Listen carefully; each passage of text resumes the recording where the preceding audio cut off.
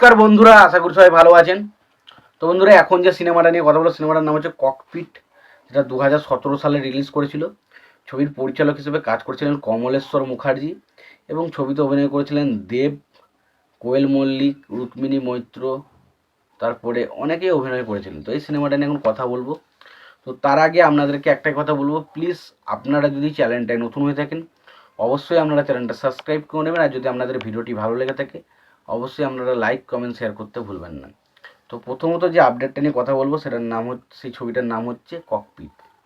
তো এই ককপিট সিনেমাটা নিয়ে আমি কথা বলি। তো ককপিট সিনেমাটা লাগলো কেমন, তো ককপিট সিনেমাটা ভালো লেগেছে নাকি খারাপ লেগেছে সেই বিষয়গুলো আপনাদেরকে জানাবো। তো তার আগে একটাই কথা বলবো, প্লিজ আপনারা যদি চ্যানেলটাই নতুন হয়ে থাকেন অবশ্যই আপনারা চ্যানেলটা সাবস্ক্রাইব করে নেবেন। আর একটা কথা বলার ছিল যে, দেখুন সিনেমাটার গল্পের বিষয়ে তো যাবো, সিনেমার গল্পটা কেমন ভালো নাকি খারাপ সেই সমস্ত বিষয়ে তো যাবো। তো তার আগে দেখে নেবো সিনেমার পরিচালক, প্রযোজক এবং সঙ্গীত পরিচালক হিসেবে কারা কারা কাজ করেছে। ছবির পরিচালক হিসেবে কাজ করেছেন হচ্ছে কমলেশ্বর মুখার্জি, ছবিটার প্রযোজক হিসেবে কাজ করেছেন হচ্ছে দেব নিজেই, তারপর ছবিটার গল্প লিখেছেন হচ্ছে কমলেশ্বর মুখার্জি, ছবিটার চিত্রনাট্যেরও কাজ করেছেন হচ্ছে কমলেশ্বর মুখার্জি, ছবিটার সুরকার হিসেবে কাজ করেছেন হচ্ছে অরিন্দম চ্যাটার্জি। ছবিটার রান টাইম হচ্ছে 144 মিনিটের মতো। ছবিটার বাজেট ছিল 3 কোটি টাকা। ছবিটা বক্স অফিস থেকে প্রায় 13 কোটি টাকার কাছাকাছি কালেকশন করেছিল এবং এই কালেকশনটা করে ছবিটা বক্স অফিসে সুপারহিট হয়েছিল। এবার যদি আমরা আসি ছবিতে অভিনয়ের দিক দিয়ে, ছবিতে অভিনয় করেছিলেন দেব, কোয়েল মল্লিক, তারপরে রুক্মিণী মৈত্র, রাজ চক্রবর্তী, প্রিয়াঙ্কা সরকার, পরাণ বন্দ্যোপাধ্যায়, সায়নী ঘোষ, তারপরে অম্বরীশ্বর, অনেকে।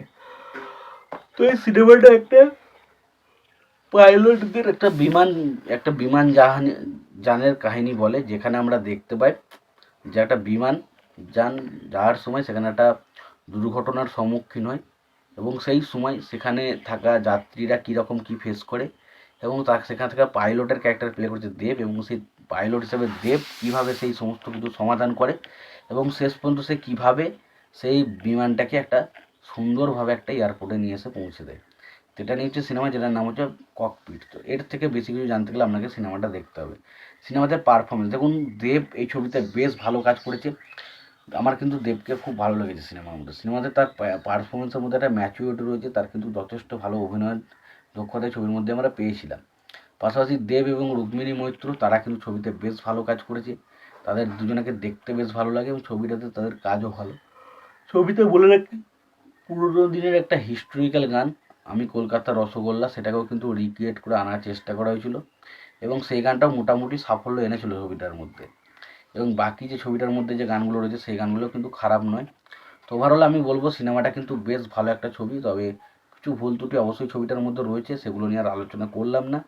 তোমরা যদি ছবিটা কেউ দেখে থাকো তোমরা অবশ্যই বুঝতে পারছো কী কী ভুল ত্রুটি রয়েছে। তো তোমাদের ছবিটা কেমন লেগেছে অবশ্যই জানাতে ভুলো না। ভিডিওটি ভালো লাগে তাহলে লাইক কমেন্ট শেয়ার করে দিও। চ্যানেলটা নতুন হয়ে থাকলে অবশ্যই তোমরা চ্যানেলটা সাবস্ক্রাইব করে নিও, পাশে বেল আইকনটা অবশ্যই প্রেস করে দিও। ভালো থেকো, সুস্থ থেকো, দেখা হচ্ছে পরের ভিডিওতে।